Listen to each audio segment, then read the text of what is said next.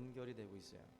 공동체와 연결이 된다. 하나님의 말씀을 가르치고 그 말씀을 듣고 나서 이루어지는 행동들이 바로 교제와 또 떡을 떼는 그러한 것으로 연결이 된다는 것입니다. 굉장히 중요한 부분이에요. 이게 굉장히 하나님의 말씀 가운데에서 중요한 포인트가 될 수 있는데요.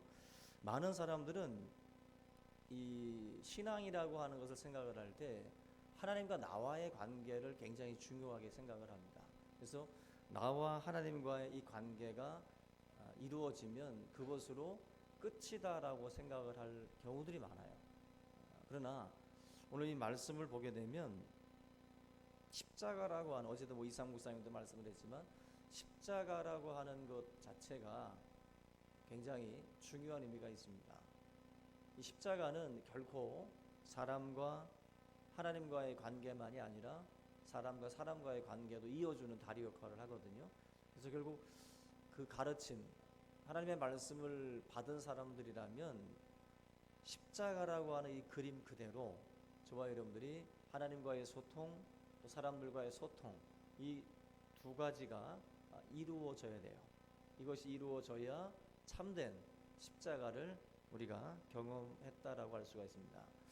오늘 위로부터 가르침을 받고 곧장 교제권 안으로 들어가는 그 말씀을 보게 되는데, 사도 바울 같은 경우도 예수님을 다메섹 도상에서 만나게 되는데, 다메섹 도상에서 부활의 주님을 만나고 난 뒤에 바울이 예수님으로부터 직접 제자 훈련 받은 게 아니죠. 바울은 아나니아라고 하는 사람의 인도를 통해 가지고 공동체 안으로 들어갔어요. 그리고 그 공동체 안에서 훈련을 받고 거기서 성장을 하게 됩니다. 우리가 이 성령의 9가지 열매, 갈라디아서에 나오는 이 성령의 9가지 열매도 뭐 사랑이라든지 희락이라든지 화평, 뭐 이런 것들도 우리가 들여다보면 결코 이것이 혼자만의 묵상으로 이루어지는 열매가 아니라는 거예요. 그죠? 성령의 열매는 반드시 관계 속에서 맺어지는 열매지, 여러분들이 혼자 산에 들어가서 묵상하면서 얻어지는 열매가 절대로 아니에요. 사랑이라는 것도 마찬가지죠. 사랑이라는 것이 내가 홀로 산에 올라가서 묵상함으로 얻어지는 열매 아니잖아요. 사랑은 관계에서 맺어지는 열매입니다. 사람과 사람 속에서 사랑이라는 열매가 맺어지는 거고, 기쁨이라는 것도, 오래 참음이라는 것도 나 혼자서 뭘 오래 참고 나 혼자서 뭘 기뻐합니까? 나 혼자서 이루어진 열매가 절대로 아니에요. 성령의 열매라는 것은 저와 여러분들의 삶에 하나님께서 맺으라고 하는 열매는 반드시 관계 속에서 맺으라는 겁니다. 관계 속에서. 그래서 우리가 하나님의 말씀의 가르침을 받고 난 뒤에 여러분들 혼자 기뻐하고 혼자 오래 참는 거 있을 수 없는 일이에요. 항상 하나님의 말씀이라고 하는 이 속에서, 또 교제 안에서, 공동체 안에서 부대끼면서 그 속에서 사랑을 배우고 그 속에서 기쁨을 알고 그 속에서 오래 참음을 배워야 참된 열매라고 할 수가 있는 것이지, 나 혼자만의 신앙으로 저와 여러분들이 혼자 성경 보고 혼자 골방에서 나 혼자만의 신앙으로 내 삶에 더 풍성한 열매들이 맺어진다? 그럴 수 없어요. 절대로. 마치 자기 혼자 훈련하면서 내가 지금 실력이 막 일취월장하고 있다라고 착각하는 거죠. 훈련도 여러분들 혼자 훈련하면은 실력이 늘지 않습니다. 절대로. 다른 선수들과 부대끼면서 훈련을 해야 거기서 실력이 느는 거거든요. 마찬가지로 우리 신앙 인격이라는 것도, 삶의 열매라는 것도 절대로 혼자 자라날 수 없어요. 그래서 10년이나 20년이나 똑같이 그냥 그 신앙 상태로 머물러 있을 수밖에 없어요. 여러분들의 신앙이 자라려면은 자꾸 철을 날카롭게 한다는 말이 있는 것처럼 사람 속으로 들어갔어야 돼요. 관계 속으로 들어가야 되고 공동체 안으로 들어가셔야 돼요. 그것이 힘들고 어려워도 들어가셔야 돼요. 거기서 저와 여러분들이 열매를 맺게 됩니다. 그 속에서 하나님이 맺으라고 말씀하시는 성령의 열매, 내 안에 성령이 오셨어요. 그 안에 오신 그 성령 안에서 내가 이제 맺어야 될 열매가 바로 그거라는 거예요. 그래서 우리 모든 성도님들이 공동체 안에서 가르침을 받고 그 공동체 안에서 이런 열매들을 하나하나 맺어갈 수 있기를 주님의 이름으로 부탁을 드립니다. 여기 보면 이제 교제하며 떡을 뗐다. 지금 가르침이 교제와 지금 연결이 되는데, 교제가 깊어질수록 성도들은 강해질 수가 있어요. 특별히 교회 공동체는 그 가족이라고 하는 개념으로 많이들 이야기를 합니다. 교회 같은 가정, 가정 같은 교회, 뭐 이런 말들을 많이 하죠. 우리 교회는 가장 강한 교회는 가족 같은 교회예요. 가장 강한 교회. 그리고 하나님이 가장 원하시는 교회 모습도 가족 같은 교회입니다. 가족은, 오늘 제목도 그렇지만 가족은 뭐 심지어는 우리 딸들은 지금 다 컸는데도 다 고2 뭐 6학년 5학년인데도 막 벗고 돌아다녀요. 근데 저는 또 걔들이 컸으니까 저는 창문을 봅니다. 이렇게 나름대로 그냥 저는 안 보려고 그래. 근데 이놈들은 그냥 막 튀어나와요. 목욕하고 나서도 막 튀어나와. 아들들이 아니라 다 딸들입니다. 다 딸들인데 넷째도 딸이고 다 딸이에요. 여자가 5명이 돌아다닙니다. 혼자. 한마디로 가족은 뭐예요? 가족이 에덴 동산이에요. 따지고 보면, 그죠? 가족들끼리 막 보면 다 벗고 돌아다니거든요. 그러다가 갑자기 그 집안에 외인이 들어와 버리면 불편해지는 거예요. 갑자기 뭐 삼촌이 같이 살자고 들어온다든지, 뭐 그죠? 누가 들어오게 되면 그때부터 힘들어지는 거예요. 그러니까 뭐 다른 것보다도 뭐 시아버지, 시어머니 모시는 것도 뭐 다른 것도 힘들겠지만 벗고 돌아다니다가, 그죠? 그분들이 들어오시면 또 이제 옷 매무셔도 또 가다듬어야 되니까 그게 힘들죠. 에덴 동산처럼 가족은 그렇게 좀 자유롭게 움직이죠. 더불어서 허물도 병도 다 나눠요. 그죠? 가족 공동체는 약점에 대해서 다 드러냅니다. 가족은. 그런데 가족 공동체가 아니게 되면 약점을 드러내기 힘들어요.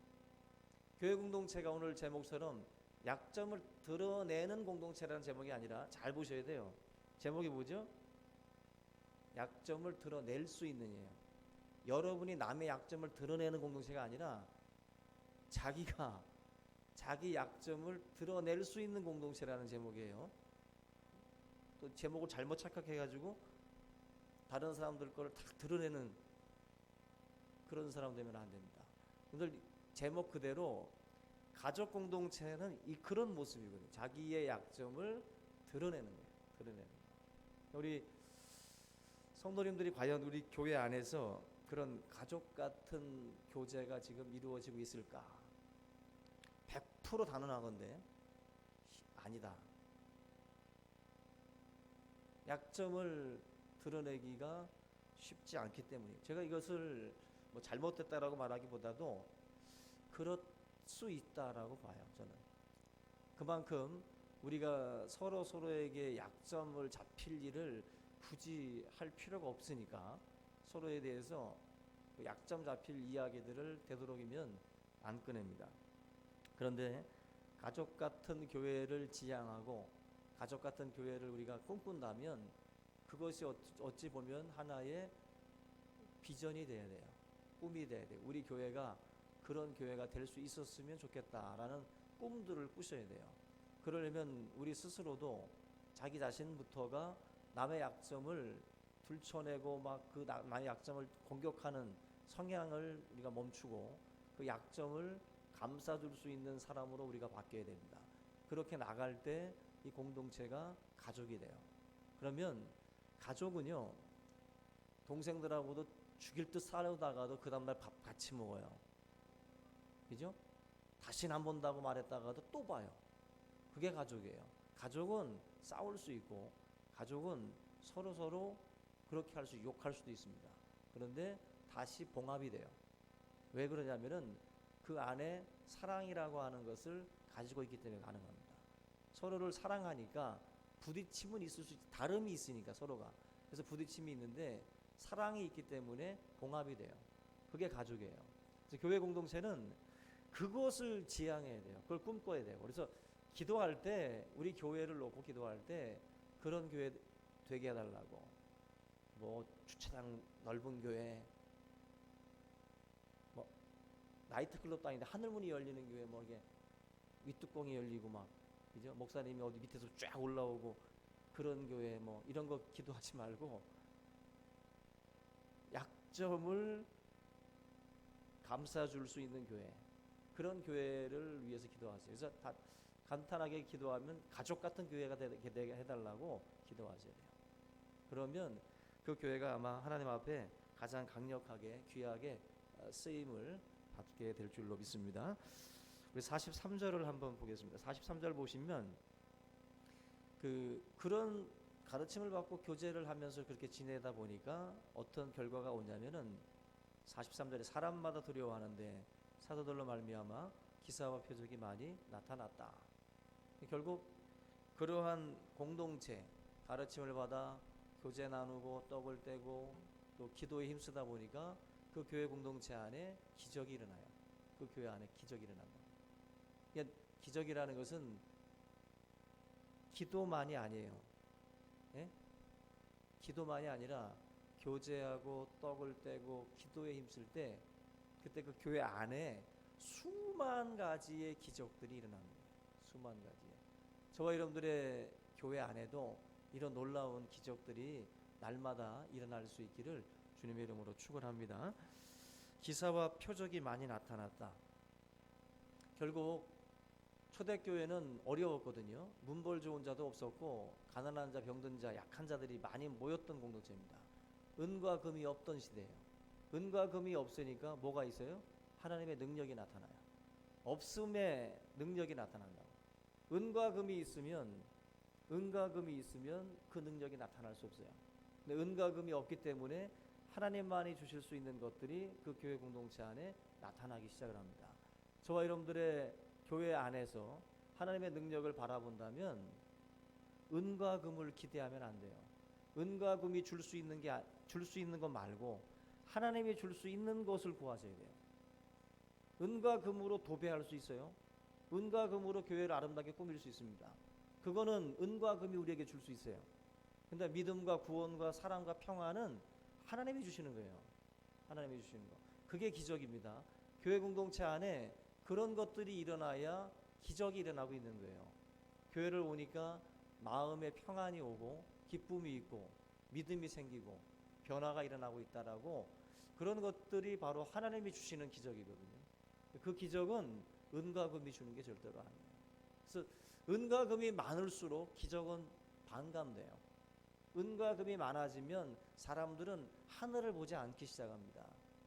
베드로가 은과 금은 내게 없거니와 내게 있는 것으로 내게 주노니 나사렛 예수 그리스도 이름으로 일어나 걸어라.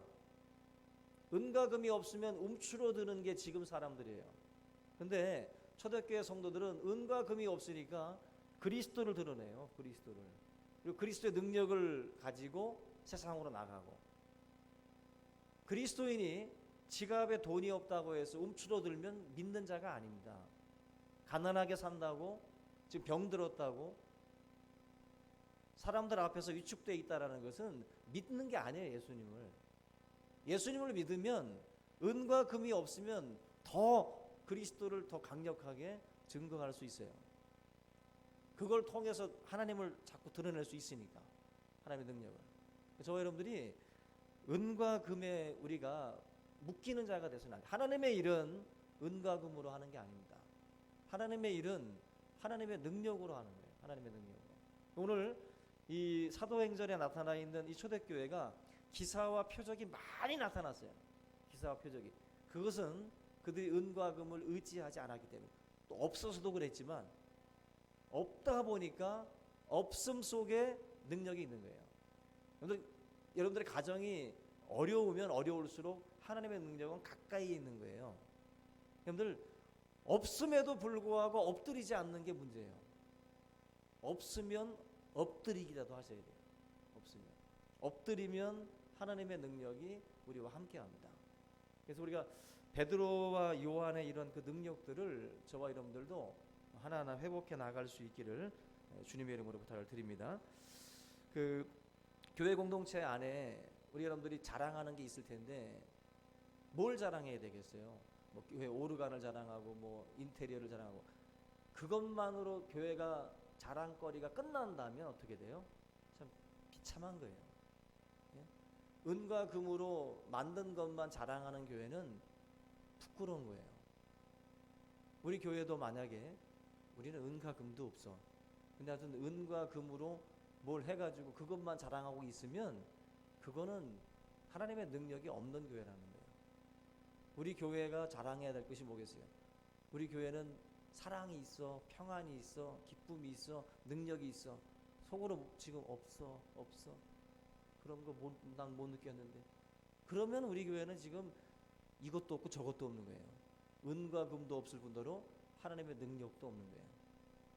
저와 여러분들의 삶에 은과 금으로 얻어지는 것이 아닌 하늘로부터 부어지는 것들을 우리가 하나님 앞에 기도하고 그것으로 우리 교회를 자랑하는 그런 우리 성도들이 다 될 수 있기를 주님의 이름으로 축원합니다. 우리가 이 본문 말씀에 보면은 참 많은 것들이 일어나는데 교회 공동체 안에서 이렇게 교제를 나누고 서로 이렇게 하다 보면은 뭐가 보이기 시작하냐면은 상대방의 여러 가지 필요가 보이기 시작을 해요. 그러니까 44절 말씀 보시면 믿는 사람이 다 함께 있어 모든 물건을 서로 통용하고 또 재산과 소유를 팔아 각 사람의 필요를 따라 나눠주며 각 사람의 필요를 따라 일괄적인 것이 아니라 각 사람의 필요를 따라 나눠줬다. 결국 이게 뭐냐면은 하나님의 성령이 임하고 성도 간의 말씀을 받고 교제를 나누다 보면 서로에 대한 눈이 이제 떠지기 시작을 해요. 예수를 믿기 전까지는 다 내 자식밖에 안 보이고 다 내 가정밖에 안 보입니다. 내 일밖에 챙기기 바빠요. 그런데 하나님의 성령이 임하고 말씀을 받고 믿음의 교제권 안에 들어오기 시작을 하면 눈이 바뀌는 거예요. 각 사람의 필요가 보이고 그러한 것들을 채워주는 그러한 우리 시선들이 바뀌기 시작을 합니다. 우리 여러분들의 눈이 바뀔 수 있길 바랍니다. 40 넘어가면 뭐가 오죠? 그분이 오시죠. 노안이라는 분이. 그죠? 40 넘어가기 시작을 하면 뭐가 노안은 이제 가까운 게 안 보이기 시작을 하는 거잖아요. 가까운 게. 그래서 어떤 분은 노안은 하나님의 메시지라고 그래요. 그동안에는 내 주변만 보던 가깝게만 보던 눈에서 이제 멀리 보고 살라고 하나님이 이제 노안을 주신 거라는 거죠. 믿습니까? 이젠 그만 내 거 보고 이제 멀리 몽골족처럼 멀리 보고 이웃들도 보고 서로 상대방의 필요도 보고 한마디로 여유가 없는 사람들은 마음의 여유입니다. 돈이 아니라 마음의 여유는 하나님을 모시는 사람들이 가질 수 있는 거예요. 그래야 상대방의 필요가 보인다는 것입니다. 저와 여러분들의 삶에 그런 눈이 열려질 수 있기를 바랍니다. 그래서 우리가 성경 말씀도 보면은 노아는요 20대 젊은 나이에도 올 수 있어요. 요셉은 뭐 20대 후반 정도에 자기 자신만을 보지 않고 전체를 보는 눈을 가졌거든요. 전체를.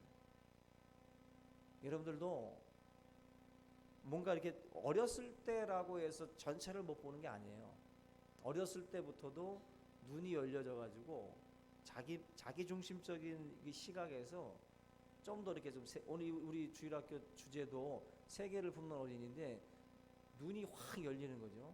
그래서 애들 뭐 세계 여행 시켜주는 것도 좋지만 저 선교 어떤 그 단기 선교 같은 데 한번 보내가지고 아이들 눈을 열어주는 게 굉장히 중요한 것 같아요. 왜냐하면은 우리 교회 청년들 학생들 한번 갔다 오는 걸 보면 아이들이 확실히 달라져요. 시선이. 근데 오늘 돈 줘서 세계 뭐 이렇게 외국 한번 보내보세요. 안 바뀌어서 와요. 그냥 단순히 여행 보내놓으면.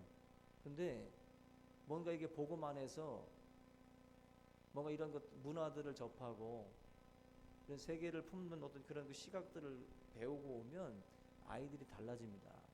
달라져요. 여러분들 학원에서 뭐 그런 거 가르치겠어요? 절대로 그런 거 안 가르칩니다. 절대로. 아이들을 학원하고 학교에다가 맡기는 부모처럼 어리석은 게 없습니다. 지금 교회 오는 걸 막는 부모들이 있어요. 저희 교회 한 20년 전인가요? 우리 교회 굉장히 신실하게 다니던 학생이 있었어요. 이름은 밝힐 수가 없는데 굉장히 신실했는데 부모가 막았어요. 걔는 뭐 기도도 열심히 하고 굉장히 착실하게 신앙생활 하던 애인데 학생들 중에서도. 근데 이 아이를 부모가 막았어요. 그래서 이 아이가 이제 교회를 떠나게 됐는데 그 아이가 아마 우리 그 학생들 중에서는 제일 신실했거든요. 근데 그 아이가 나이트클럽 기도가 됐어요.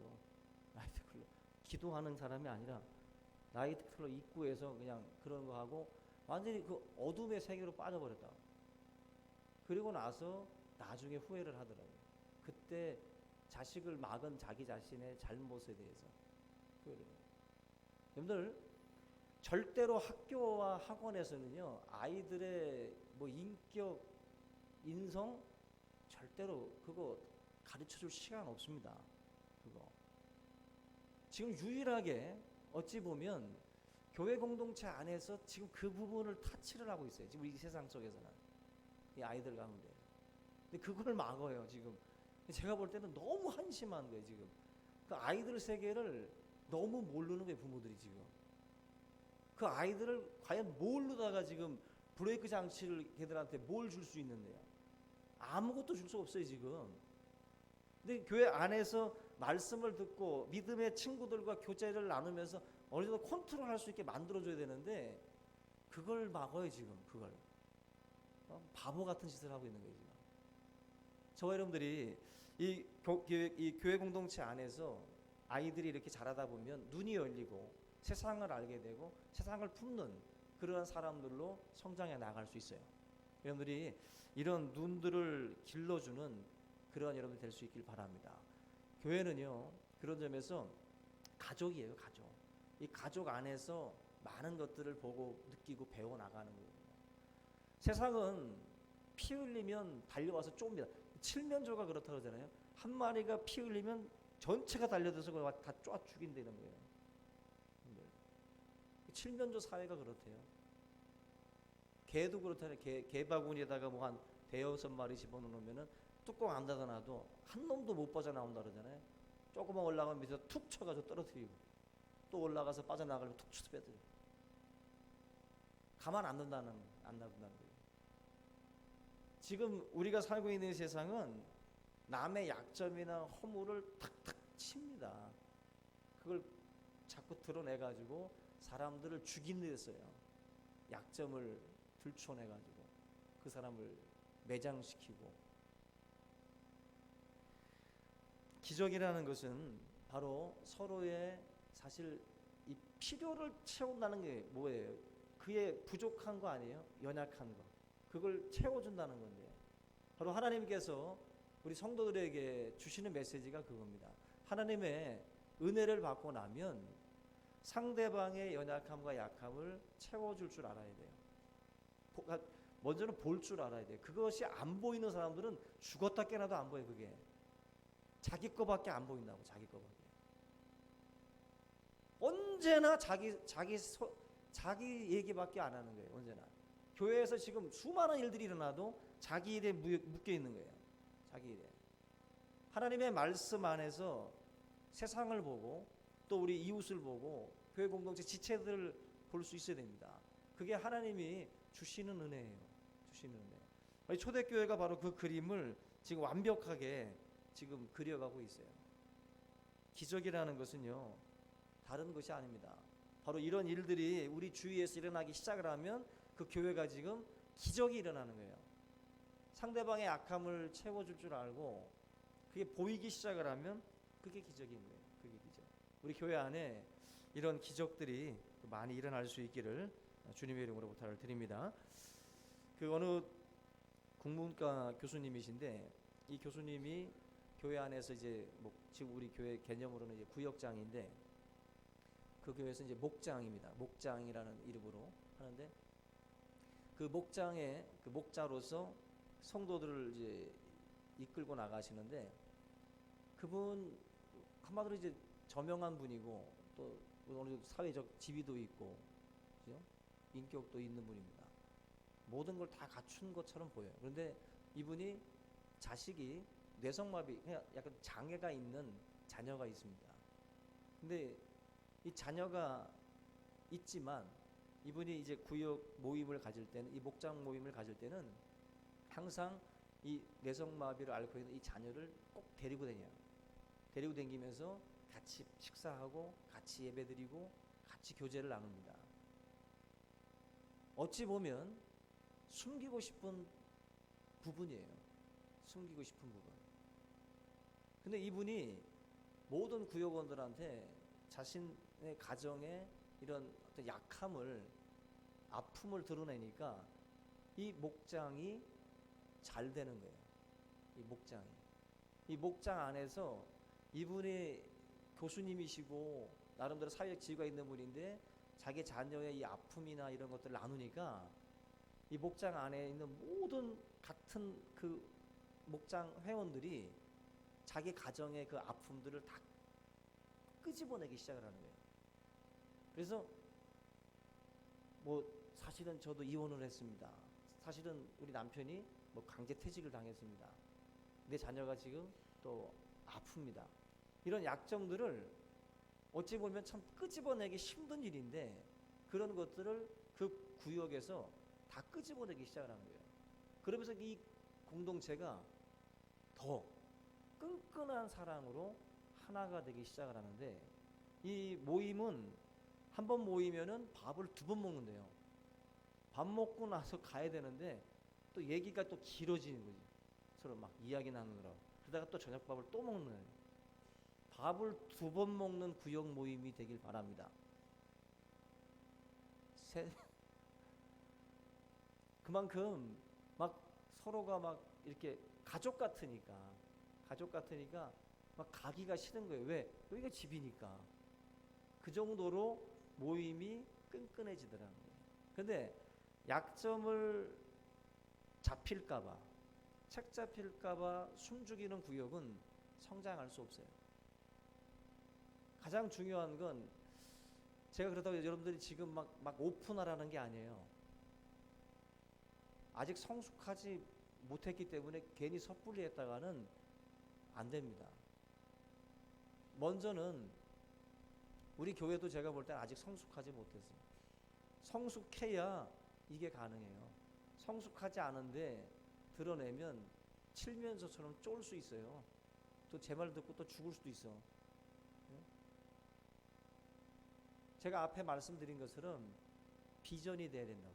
이게 우리 교회가 비전이 돼야 돼서 서로가 이 부분을 케어해주고 같이 끌어안고 나갈 수 있을 정도의 폭과 깊이가 있어야 돼요. 그래 그 교회가 진짜 강한 교회입니다.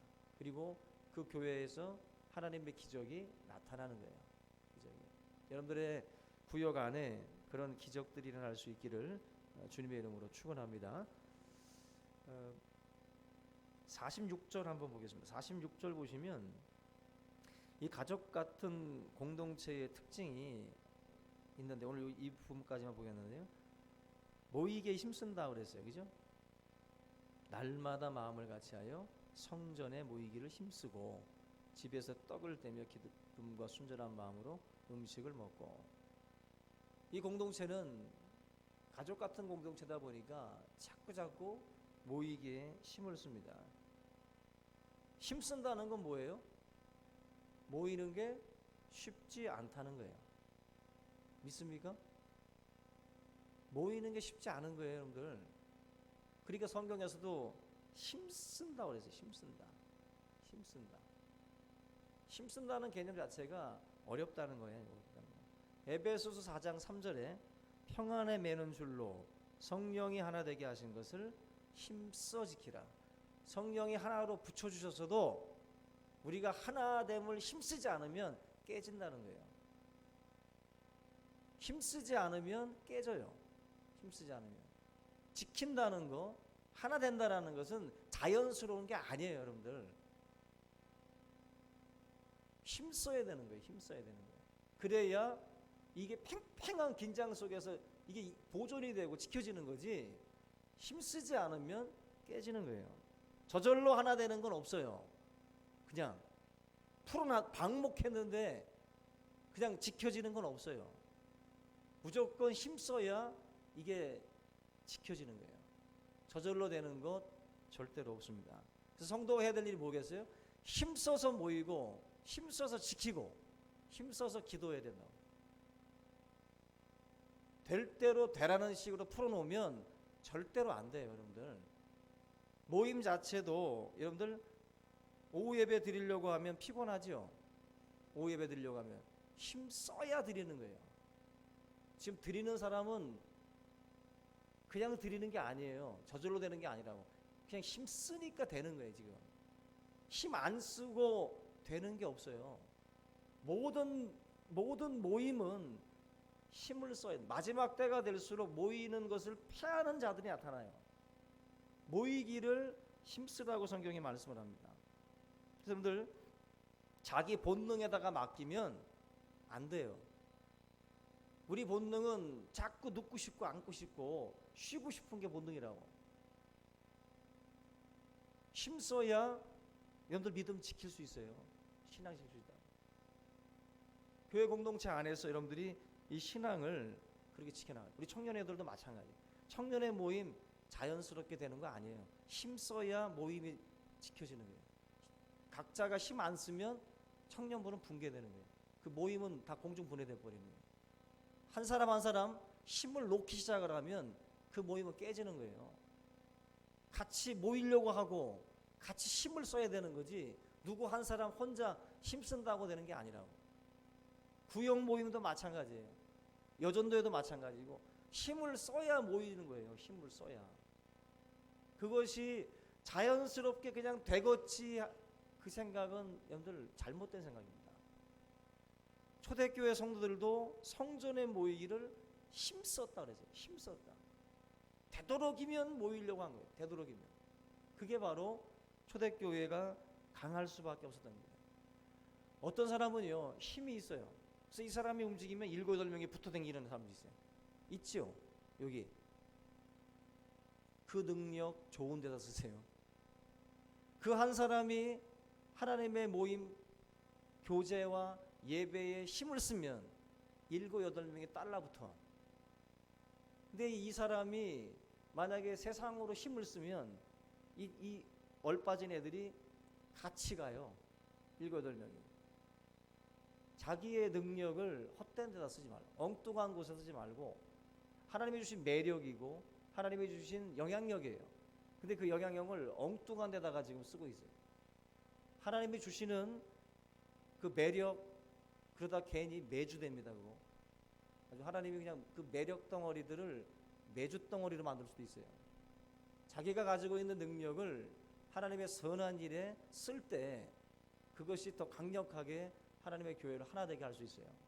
자기에게 주어진 그런 달란트들을 여러분들 좋은 곳에 쓸 수 있기를 바랍니다.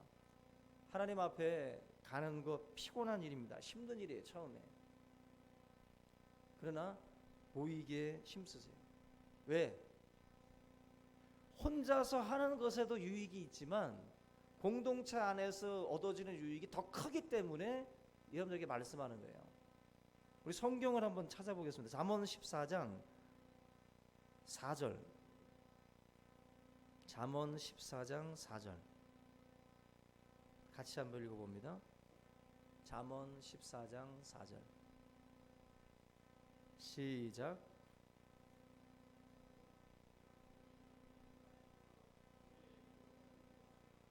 다시 한번 시작.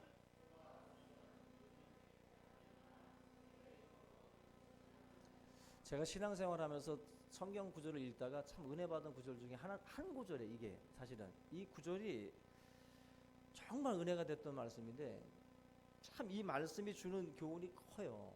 오늘 구육 깨끗하게 만들려고 소 안 키울 거예요? 아우 소똥 더러워, 아빠 소 치워, 그렇게 하실 거예요?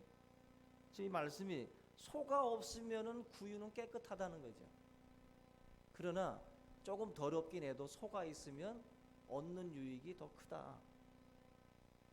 이 말씀이 주는 교훈이 있지 않아요? 여러분들 읽으면서 많은 사람들은 더러움에 대한 얘기만 합니다. 아우 저 소똥. 교회 모임도 마찬가지 아니겠어요? 아우 싫어. 저 똥. 저 똥덩어리들 하면서 막 싫지. 저 소 때문에 싫어. 근데 가장 좋은 건 뭐냐면은 목사 하나, 교인 하나면 좋아요. 저 설교 끝나면 인사하고 가면 끝나 그냥. 깨끗해. 교회 문제 하나도 없어요. 성도가 없으면 교회는 문제 없다니까.